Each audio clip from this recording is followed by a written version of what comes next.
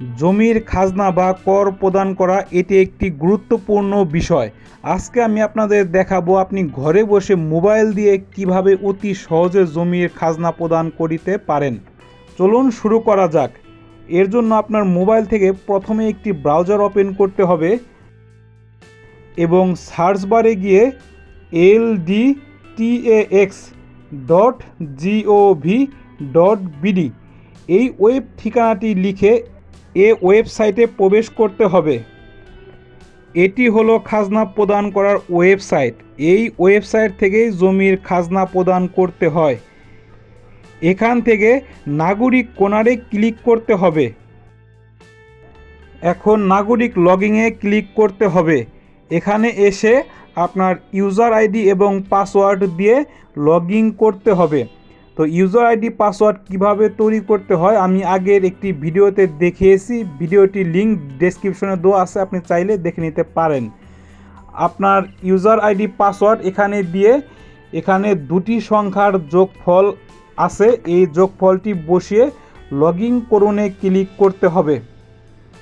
Log in হয়ে গেলে আপনি উপরে তিনটি দাগ দেখতে পাবেন।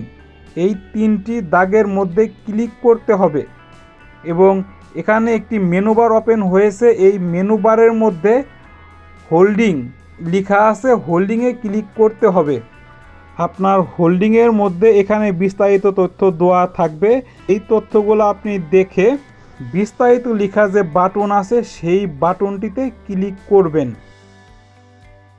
আপনার কত বছরের খাজনা বাকি আছে এবং কত টাকা খাজনা হয়েছে আপনি এখান থেকে দেখতে পাবেন এবং আপনার হোল্ডিং নাম্বার, জমির দাগ নাম্বার, এখানে বিস্তারিত তথ্যগুলো থাকবে। এখন আমি অনলাইনে খাজনা প্রদান করব। এর জন্য আমি অনলাইন পেমেন্টে ক্লিক করলাম। আমি এটি বিকাশ দিয়ে খাজনা প্রদান করব, তাই আমি এখান থেকে বিকাশ সিলেক্ট করলাম। এখন আমি ই পেমেন্টে ক্লিক করলাম।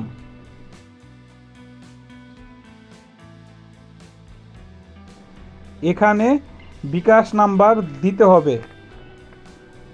বিকাশ নাম্বারটি লেখার পরে কন্টিনিউতে ক্লিক করার পর আপনার ফোনে একটি ওটিপি কোড যাবে। সেই ওটিপি কোডটি এখানে বসাতে হবে। এখন আপনার কনফার্ম বাটনে ক্লিক করতে হবে। বিকাশের পিন নাম্বার এখানে দিতে হবে এবং কনফার্ম বাটনে ক্লিক করতে হবে। এখন একটু সময় অপেক্ষা করতে হবে এবং এরপর আপনি দেখতে পাবেন আপনার পেমেন্টটি সম্পন্ন হয়েছে।